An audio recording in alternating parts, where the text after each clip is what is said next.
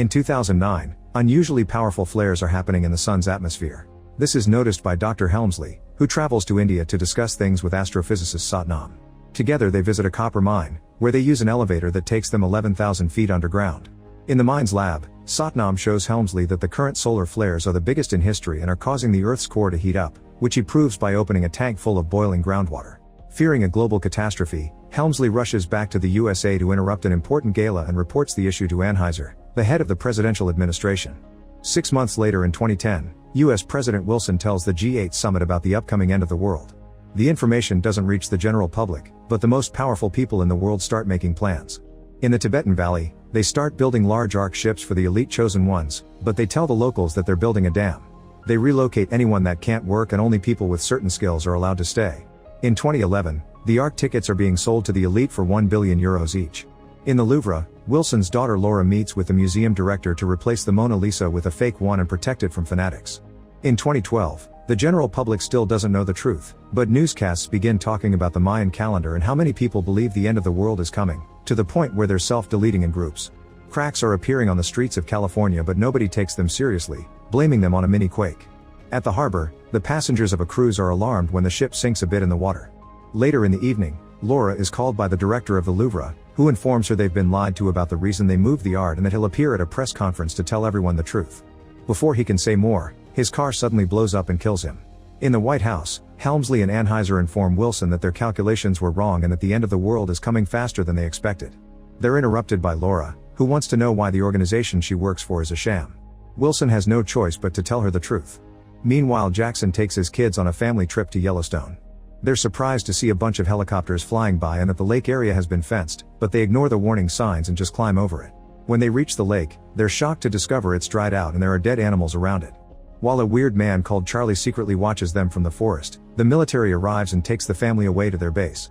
Helmsley tells Jackson that they're geologists investigating what happened to the lake and that the area is unstable, so Jackson should take the kids away.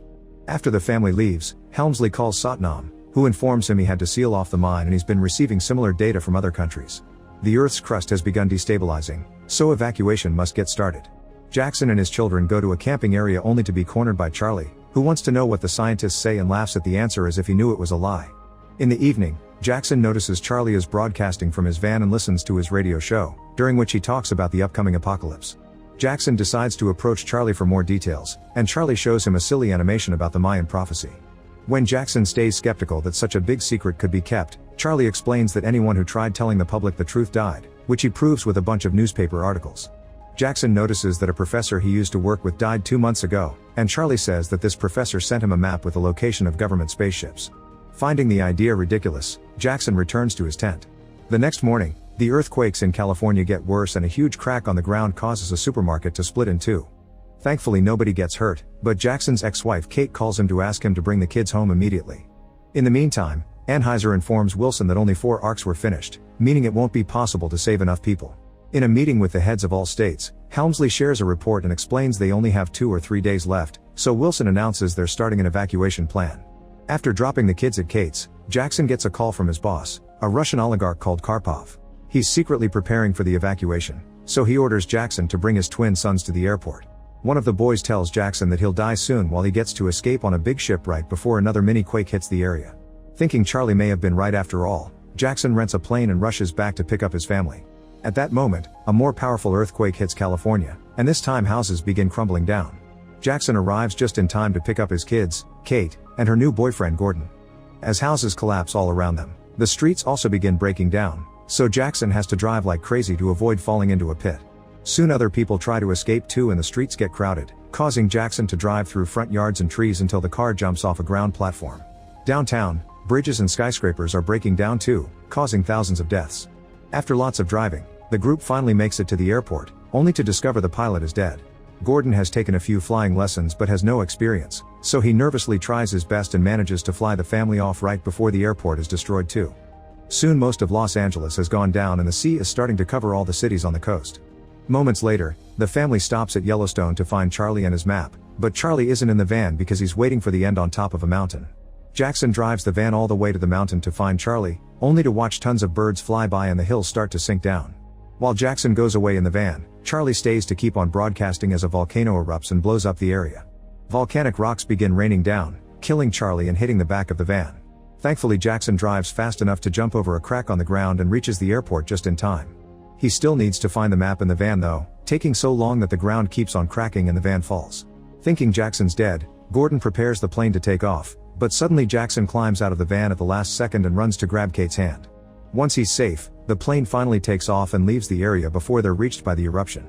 Then Jackson checks the map and notices they must go to China, so they'll need a better plane. In the evening, Anheuser and Helmsley watch reports of natural disasters happening all over the world. Important landmarks are being destroyed, millions of people are dying, and everyone is losing any glimpses of hope. Helmsley thinks it's time to tell the general public the truth, but Anheuser refuses until the chosen ones are on board the arks, claiming it's for the sake of survival. Then they tell Wilson it's time to leave, but Wilson has decided to stay and go down with his people. Anheuser takes over command, ignoring Helmsley's protests, and the plane leaves with them and Laura, who receives a last call from her father to say goodbye. Afterward, Wilson finally makes a public announcement to let the world know the truth. Meanwhile, Jackson's group has made it to the airport in Las Vegas, where Karpov is also waiting because all flights have been cancelled. He's brought his twin sons, his girlfriend Tamara, and even her dog. Jackson begs Karpov to take his family, but Karpov at first ignores him.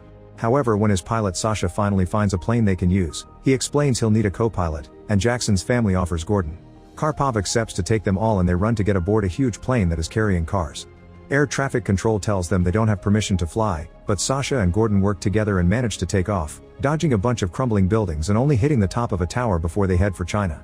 Moments later, when they fly over Hawaii, they're disturbed to discover it's completely covered by lava and there are almost no buildings left standing. In Tibet, a Buddhist monk Nima receives a letter from his brother, who works with the arks and has shared the truth. After getting permission from his master, Nima leaves the mountain and goes to pick up his grandparents. In Washington, D.C., volcanic ash won't stop falling, so Wilson opens the White House for people looking for shelter. When a little girl is looking for her dad, Wilson decides to help her and asks the paramedics outside, but suddenly an earthquake hits the area and brings down the Washington Monument. In the Vatican, people gather for prayer at a special mass, only to be interrupted by an earthquake as well. The building crumbles down and kills millions of people. At that moment, a report comes in announcing tsunamis forming all over the world. A cruise ship in the middle of the sea is flipped over by the strong waves and the workers can do nothing but accept their fate. In Washington, D.C., Wilson wakes up covered in ash among hundreds of bodies, only to watch a tsunami cover the area and kill any survivors from the earthquake, including Wilson himself. Meanwhile, Helmsley discovers that the base with the arks will also be underwater in around 6 hours and that the Earth's crust has shifted a lot. Both poles have reversed their magnetic fields and moved so much that the North Pole is now in Wisconsin. Back to Jackson's group, Sasha announces that the fuel is running out and he'll have to do an emergency landing. Once everyone is ready, Sasha and Gordon start to descend, only to discover there's no more ocean. Thanks to the continents moving, the plane has ended up in the Himalayas, pretty close to where the arks are being built.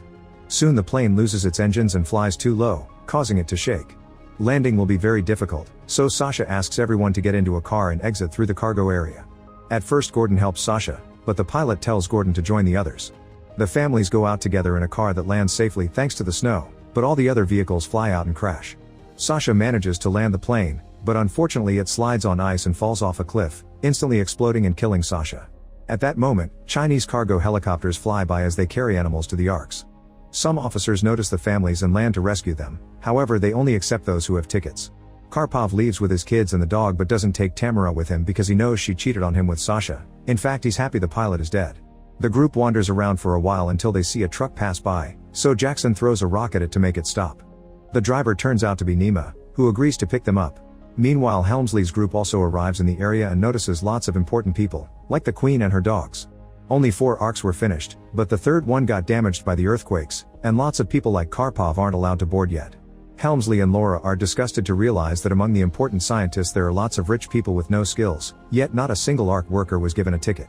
When Helmsley gets into his cabin, he notices 10 people can fit there, yet they're favoring luxury. At that moment he gets a call from Tsunami, who reveals no plane picked him up as promised and a tsunami is approaching his town, so he says a final goodbye before dying with his family. Afterward, a panicking Helmsley rushes to check the new data and reports that they only have half an hour before the wave hits the arks. Outside the base, Nima arrives with the group, but his brother Tenzin refuses to receive anyone other than his family. Kate begs them to at least take the children, but the grandmother scolds Tenzin and convinces him to take everyone. The arks are getting ready to leave and some people realize the workers couldn't fix the damaged ship, so the passengers of that ark are being left behind. A furious Karpov punches a guard to make his way through the door, and the crowd immediately follows him towards the nearest Arkansas. However, the ship moves away from the platform, causing some people to try to jump. As a few people fall to their deaths, Tenzin leads the group to that same ark through an alternate safe path. Tamara notices her dog is with Karpov's children, so she whistles to call him over. The dog quickly walks on a narrow connection and reaches his owner right before the gates close, and Tamara says bye to Karpov with the middle finger. While Tenzin opens a secret passage inside the ark for the group, Helmsley watches all the people falling off the platform and can't take it anymore. He contacts the heads of all countries and asks them to open the gates so the rest of the people can come too, but Anheuser interrupts him to point out that they only have 15 minutes left before the wave hits. Helmsley doesn't give up and talks about how they're losing their humanity, mentioning what happened to Satnam. When Laura adds that Wilson would have opened the gates, the leaders give in and authorize them to open the gates. Inside the ark, Jackson's group gets in danger because they're sneaking around the lifting mechanisms, which start moving when the gates open. Tenzin and Gordon are pushed off and barely manage to hold on to the edge, but the spinning gears are hiring Tenzin's leg. Jackson rushes to help them and brings Tenzin back up, but unfortunately Gordon slips off and is ground to death by the gears. Jackson almost gets crushed too, but the cable they use to hold on gets stuck in the mechanism and jams it. The gate doesn't fully open, but it's still enough for the crowd to rush inside. With only 4 minutes left before impact, the wave is already getting closer and taking over the mountains, where Nima's master rings the temple's bell before dying. The gates start to close but Karpov is still outside, so at the last second he throws his kids into the ark before he falls to his death. Because of the cable from before, the gate doesn't close completely so the ark can't leave yet. The technicians check the cameras and find Jackson's group, so Helmsley runs to solve the issue. At that moment the tsunami finally hits the arks, killing all the remaining workers in the base. Water gets inside Helmsley's ark through the open door and as people panic, the security system begins blocking the compartments one by one. The chamber with Jackson's group is quickly sealed too, splitting them up and leaving the chamber flooded. To make matters worse, the wave sends a plane crashing against the ark, causing it to lose the supports and bump into the other ships. They need to activate the engine to move away, but it's impossible to do it with a gate open. The tsunami causes the ark to shake uncontrollably and begins carrying it toward Everest, meaning they'll crash soon. Helmsley reaches the chamber and finds Jackson's daughter with the dog, then gets in contact with the rest of the group through the comms on the wall. He explains to Jackson how to unlock the lift mechanism and why it may be dangerous, but Jackson accepts the risk and dives in. When Kate is distracted helping Tenzin's injury, her son follows Jackson against his father's wishes and turns out to be helpful. He holds the flashlight so Jackson can use both hands. After lots of struggle, he finally pulls out the cable right as the bottom of the ark hits a rock formation. The gate finally closes and the technicians can start the engine, however the ship is moving too fast to turn it around in time. The ark begins colliding against the mountain and huge rocks begin falling on top of it, cracking a few of the windows. Thankfully the reverse motion activates before bigger damage happens and the ark moves away from the mountain as everyone celebrates and Jackson reunites with his family. Afterward, years start being counted as after the flood. On day 27 of month 1, Helmsley and Laura share their first kiss. At that moment, the captain announces that the skies are clear, so people finally get to step outside to see the sun again. As people in all 3 arks enjoy the fresh air, Helmsley checks the reports from the satellites to learn the water is receding and the entire African continent has risen. The arks immediately head there to start a new life. Make sure to subscribe and turn on notifications so you can watch more videos like this. Thanks for watching.